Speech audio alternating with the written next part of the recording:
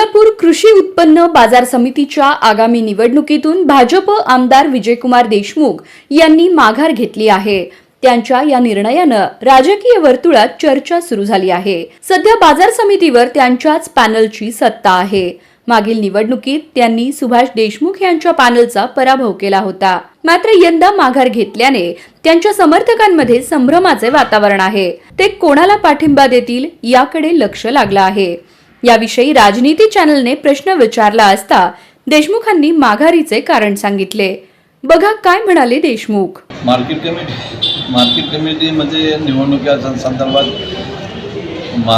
मला काय इच्छा नाही आहे, पण मला असं वाटत नाही की मी उभारणार आहे। कारण मार्केट कमिटीमध्ये आता जो मतदान आहे तो मतदान शेतकऱ्यांसाठी मतदान नाही आहे। मतदान प्रक्रियेमध्ये बदल केल्यामुळं आता जो मतदान होणार आहे सोसायटी व तसंच ग्रामपंचायतींच्या सदस्यांचं मतदान होणार आहे। या सगळ्या मतदानामध्ये आपण ग्रामीण भागातले जास्त मतदान असल्यामुळं पूर्वी कसं शहरी भागातलेही मतदान जास्त प्रमाणात शेतकरी लोकांना मतदान असल्यामुळं त्यामुळे उभारलो होतो, पण ग्रामीण भागातलं जास्त मतदान असल्यामुळं माझी इच्छा आहे।